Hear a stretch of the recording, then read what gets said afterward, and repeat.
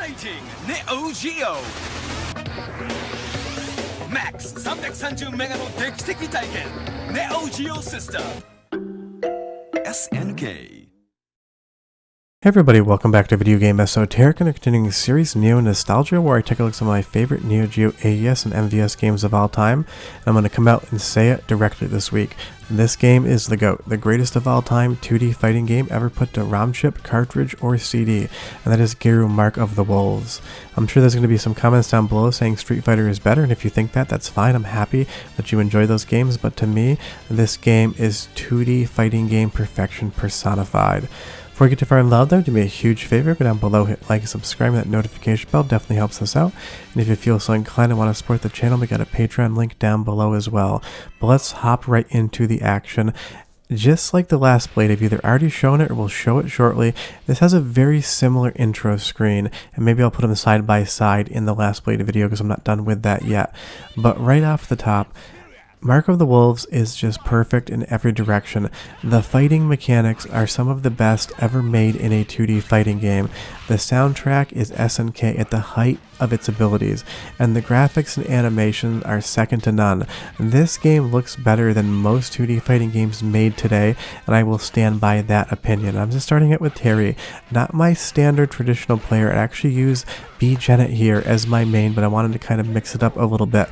But the background, those sailors, that submarine that came through the dock, all of those pieces of wood moving, this game is oozing with detail, oozing with charm, and it doesn't all have to be there. They could have done half of this and I'd still say it's one of the best looking 2D fighting games of all time. But you'll see there I got a nice knockout at the end. Terry throws his jacket up in the air and we can move on. But mechanically, SNK always made great fighting games. From the start, they were excellent at it. But they hit on something special when they made this game. So much so that when it came out, if you believe the internet, this was the best-selling and most played game on arcade floors in Japan for like 3 or 4 months. That's how big this impact was. And this game still gets played constantly in tournaments and all over the place. And I'm sure if you walked onto pretty much any Japanese arcade floor right now, went to the retro section, you'd probably see a Mark of the Wolves cabinet there ready for you. But moving on and mixing up the characters here, Gato or Kato, I'm not sure how it's pronounced.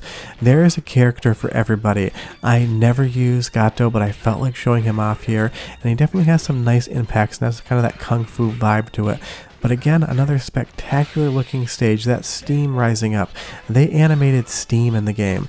Now not every stage has a ton of stuff going on here. The train level here against Terry, as you get into the train station, it changes. And that's the fun part about this game. Every round something different may happen. And you even have the Griffin here, also known as Tizak. And he's just a giant eagle. I'm not sure if it's supposed to be Mexican wrestling. It definitely has that vibe to it. But it doesn't look like a mask. It just looks like he actually might be an eagle. But leave me a comment down below and you tell me. And of course, fighting games can have a little bit of a story, animated well, and it is just so much fun. And that's the thing about this game. It's just perfect. There's nothing wrong with it. I can't think of a single criticism I would level against it. The only thing that makes me upset when I think of Mark of the Wolves is the fact that it was the final Fatal Fury game SNK ever made, and there was supposed to be a sequel, and to this date they talk about it, but it has never been made. That's the only thing I can talk about that I don't like about the game, and that's just because I didn't get a sequel. That means it is a really spectacular thing going on. But this game also has a great soundtrack as well. I'll let you listen in a minute. But again, Terry versus Marco here. All of those strikes feel great. The impacts, the sounds, the hits when you actually execute them with the arcade stick and the buttons, they really feel impactful. And trust me, if you're going to play this game and you never have before, use an arcade stick. Don't use a controller. You really need that gate on the stick and all of those buttons to have that nice clickiness to really feel the overall impact. But I said the soundtrack was great, and trust me, it is. So listen for like 45 seconds and I'll come back and talk more about this gem. Enjoy. Round 1. Fight!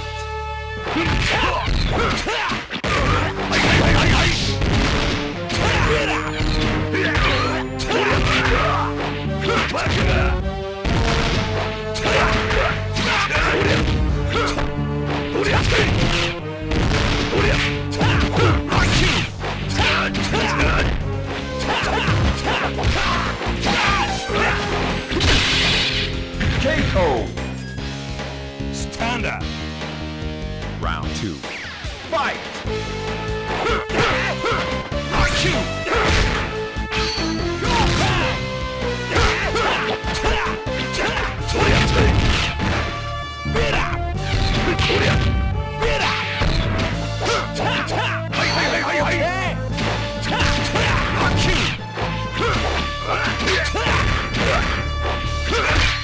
Now the soundtrack is just absolutely filled with hits. And you'll see here in the same stage, because we are on the third round here, we are at the golden hour sunset, and I don't know what it is, but SNK's artists knew how to make water move. Every game that they made that has moving water, it looks as real as you could get for a 16-bit back in the day, and it's wild to think that this game is just a 16-bit game, because even that helicopter up top there, you're going to see that they did mix a little bit of pre-rendered assets in as well, and while there is a big juxtaposition between the 2D work and those pre-rendered 3D works, it just functions really well.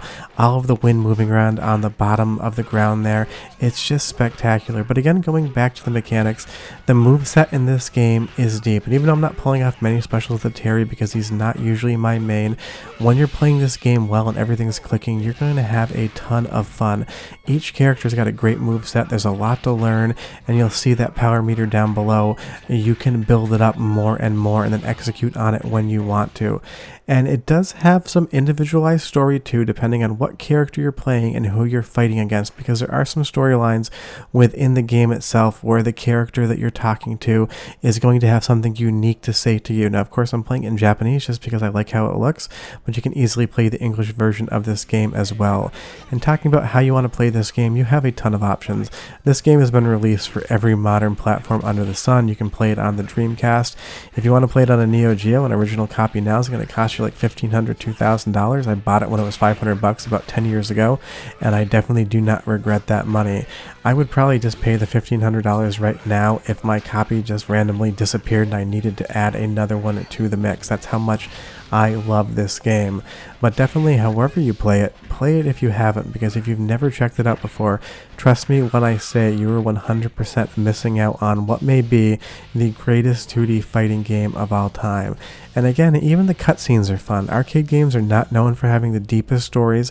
Really, the story is just there because they feel like it needs to be, just like in another form of entertainment I won't mention on YouTube to get in trouble. But they did a great job with this one here. I love the framing, all of the different animations going on. It doesn't show a lot, but that detailed work, all of the lights hitting the characters, it looks spectacular.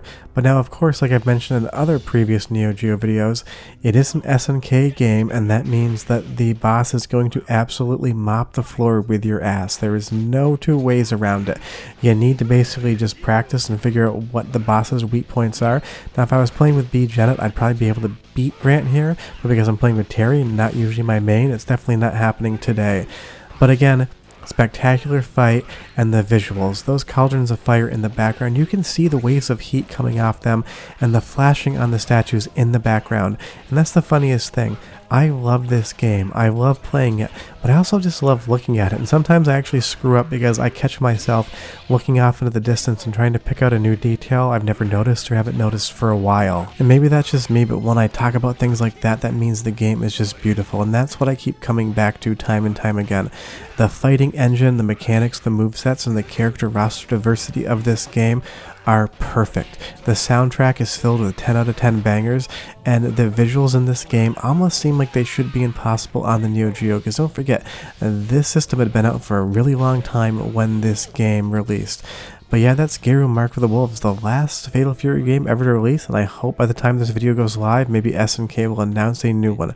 But leave me a comment down below. Do you agree with me when I say this may very well be the best 2D fighting game of all time, or do you think I'm absolutely wrong? Because I'm expecting a lot of interesting opinions as to what people think is, in fact, the best 2D game ever made in the fighting genre. But I'll be back next Tuesday with another episode in this series, and I will also have videos throughout the week as well. But yeah, Mark of the Wolves, if you've somehow never played it, please do me the favor and do it. See you next time. Bye-bye.